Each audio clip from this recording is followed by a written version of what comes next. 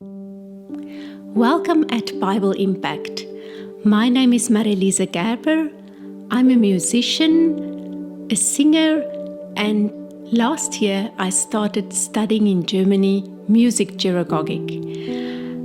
I'm working at the moment with elderly people in homes in Vienna, in daycare centers, teaching Veeh Harp, that is a table harp that was specially invented to work with elderly people, also with children.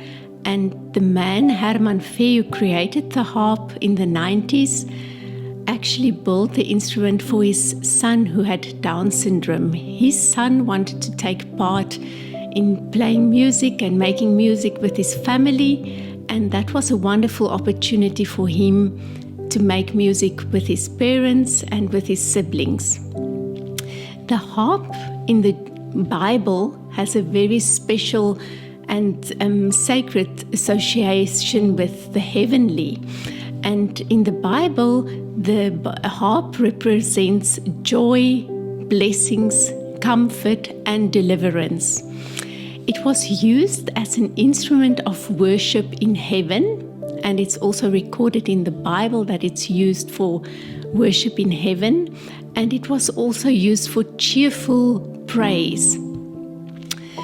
The loss of the harp in the Bible symbolized bondage, like when Israel was in captivity in Babylon. In Psalm 137 verse 2, there's been spoken of the bondage because there was no harps playing. The sound of the harp is ethereal, and it's a very delicate sound, and it's like balm for the soul. The harp is the national instrument of the Hebrews, invented by Jubal. In Genesis 4 verse 21, it says about Jubal, who played the lyre and the flute, and he accompanied songs of cheerful worship and praise. There's also the Ohad Jubal's lyre from Joshua, from the oratorio, and Ohad Jubal's lyre and Miriam's tuneful voice, and that represents the harp also, and the voice, the worshiping God with your voice and with the harp. The harp is recorded more than 100 times in the Bible, so it's one of the instruments that has been recorded most in the Bible. And the harp was also used by David. He was a very skilled harp player. And in Psalm 144 verse 9, it's recorded how David said, I'm singing a new song to the Lord, and he was playing on his lyre. In 2 Kings 3 verse 14 to 16, Jehoshaphat, the king of Judah, also ordered a harpist to play, and the hand of the Lord came on Elisha. Also in 1 Samuel 16 verses 23, David was called to play for Saul when he was aggressive or angered, and it stated that Saul was renewed and refreshed. He was, if you look at the word refresh, it also means recovered and rested, and the evil spirit left Saul. The harp has been used in medical studies quite often in the past. According to studies, the harp resonates healthy vibrations connected with the human body. Doctors in Jerusalem also said that the harp sound increased oxygen absorption in the body and helped people mentally. Bone marrow transplant patients were observed at the University of Rochester Medical Center. They were played harp music twice a week, and these patients experienced less pain and nausea compared to the patients that were not listening to harp music. Harp music also reduces stress hormones, and it improves the brain's hearing and emotional centers and also impact it in a very positive way.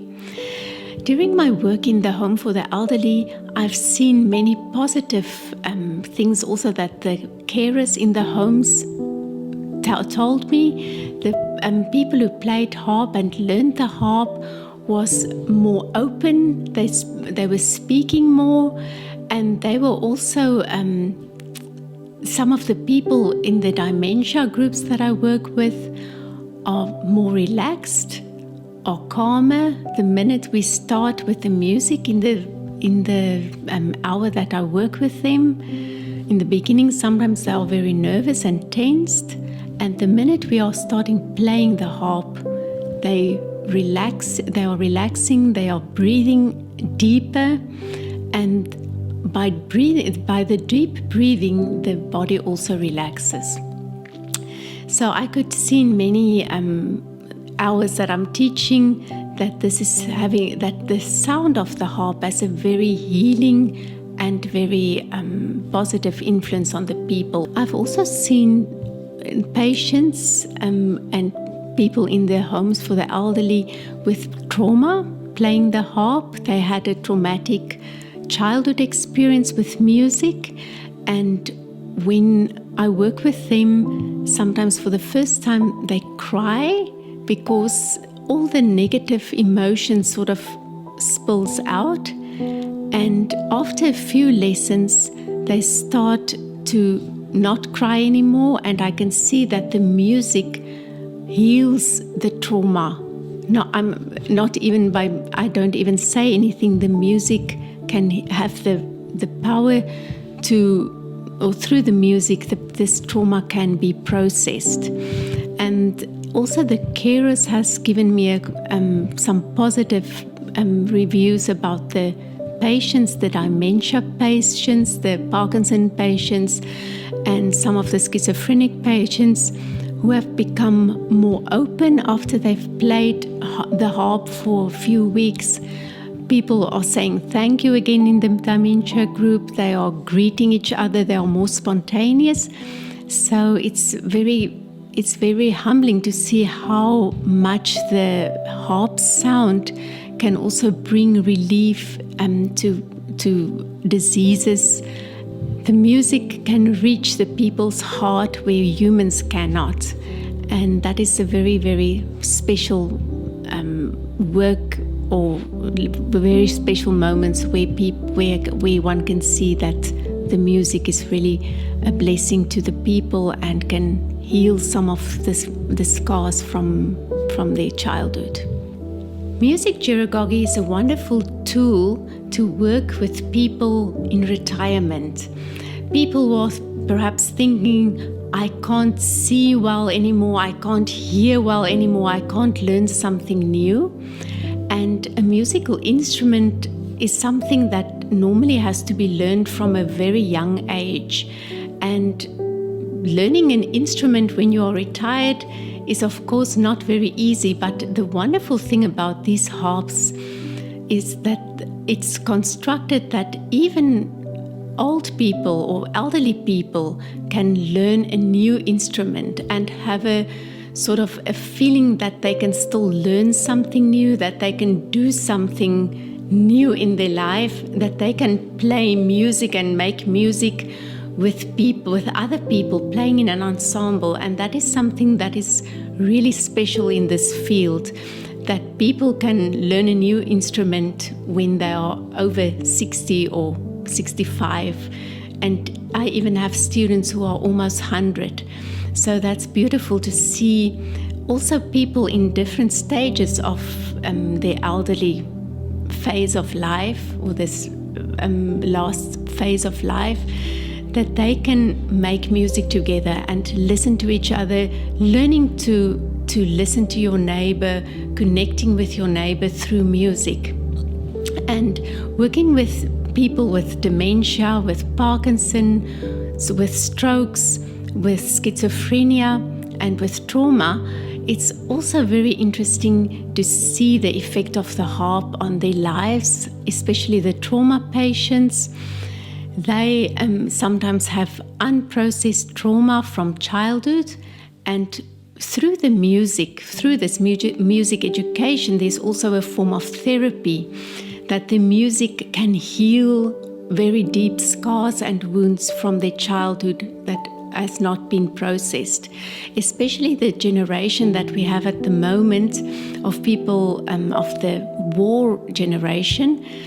During the war and after the war, there hasn't been so many psychologists and psychiatrists like we have these days who can help people process trauma. And this is a wonderful way through the music to sometimes process scars and trauma that have caused people these scars very many years ago that hasn't been processed. It's also wonderful to see people who had strokes, who are paralyzed, can play with one hand. These harps are also created that one can either play with one hand or with two hands, and that makes it possible even for groups that are mixed. I sometimes have mixed groups with people who had strokes, people with dementia, people with schizophrenia, and all these people can join in music and play together.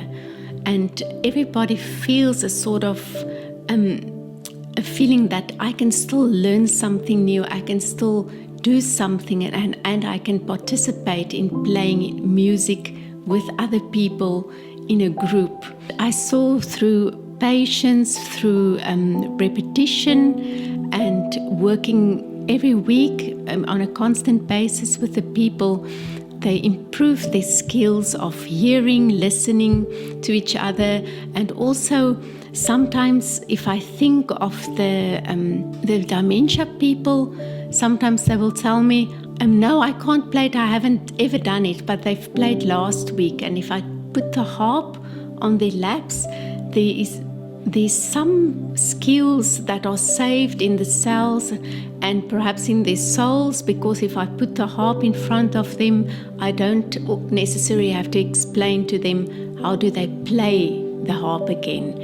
And that is very beautiful to see that people without their with memory loss can play an instrument week after week and improve. There's very small steps, but there's some improvement, and that's beautiful to see in these patients. Also with patients who are very nervous, some of the dementia people are very aggressive. There are stages where they are very aggressive, and it's beautiful to see how the music can calm them down, how they start to breathe much deeper, and through the deep breathing their body relaxes. Also with patients with schizophrenia, if they have psychosis, the minute we start doing the music, they start breathing deeper and they are relaxing, and the psychosis is gone for this hour that we are playing music. So that is really beautiful to see.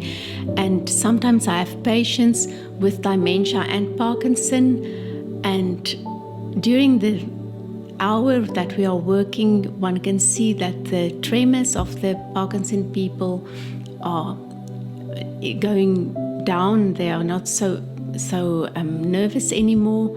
The tremors sometimes stop, and it's beautiful to see that music, what music can do, the therapeutic work that music does by itself without me being a music therapist, to see how God can use music to heal people in this age. The harp can be used for the families to make music together. Sometimes even my one teacher in Germany, the one professor, told us that his mother had dementia, and that he was the only sibling, there are 4 siblings, that he was the only sibling who has still had contact to his mother at the end of her life through the harp music. She couldn't speak, or she couldn't communicate in any way with them. He played harp with her for many years before she reached that stage. And when she couldn't play anymore, when she was in hospital, he could still play on the harp, and she had wonderful reactions in the hospital when she heard the music. And he said that was a very special time because he was the only sibling who still was connected to his mother through music. And this is one of the most beautiful things, that music is also used in end-of-life care, in the hospices very often. And the instrument that is most used is the bell harp. The people who are doing this work, accompanying people at end of life, have wonderful testimonies how the harp music calms the people when they're laying on their deathbed, and how beautifully they can accompany this person at the last hours with the harp, and how they can sort of pass away very peacefully. The glockenharfe, or this bell harp, can bring a lot of calmness and peace in the room for these dying people. And many of the people who studied with me are end-of-life carers, and doing this work is a very challenging work, but it's really beautiful to see the impact of music and the impact of the harp in this very, very difficult end-of-life stage and phase. I hope that this talk inspired you today about music, about the harp, and how it can impact people, how it can impact especially elderly people and patients with dementia, Alzheimer, Parkinson, stroke patients, and also schizophrenic patients. Also, of course, harp music can also help a lot in the kindergarten, for the children. It's also very effectively used, and also for Down syndrome people. And I hope this talk will inspire you to perhaps inspire somebody else who can need music, and especially the harp in their life, to bring healing to their soul, to bring that it's like a balm for their soul. Thank you for joining us today. I hope this has been a blessing to you, and it has been an encouragement to you, and I hope to see you at the next episode.